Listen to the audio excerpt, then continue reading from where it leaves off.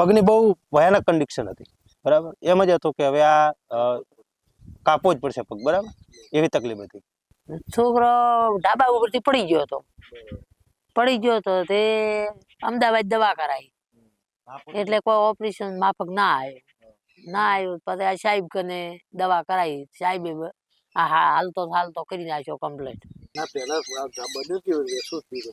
હા, હું મકાન ઉપરથી પડી ગયો અમદાવાદ. હા, મકાન ઉપરથી પડેલો. સાહેબ ને તો ખૂબ આશીર્વાદ છે, ખૂબ માવતર ના નાખે એટલું સાહેબે રાખ્યો ને કર્યું. બંને આ હાડકું અહીંયાથી તૂટી અને પૂરું નીકળી ગયેલું હતું બહાર, કટકા થઈ ગયા હતા. મારે પેલા પગમાં ઓપરેશન થયેલો, પેલા ઓપરેશન મેં અમદાવાદ કરાયેલો હતો, બરાબર. તો 12 મહિના થયા અને પાછું ઓપરેશન સક્સેસ ન થયું.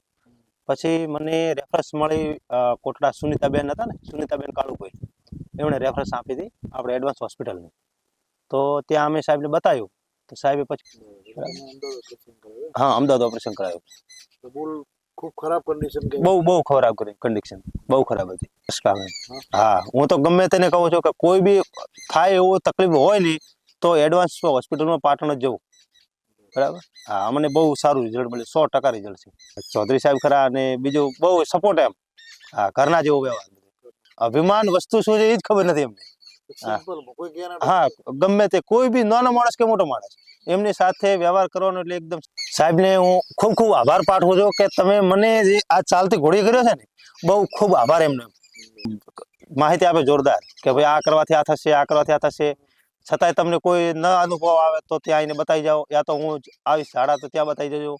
હા, બહુ સલાહ. થતું નથી, પણ આ થોડા માઠું કોમ કરવા વળગ્યો. હા.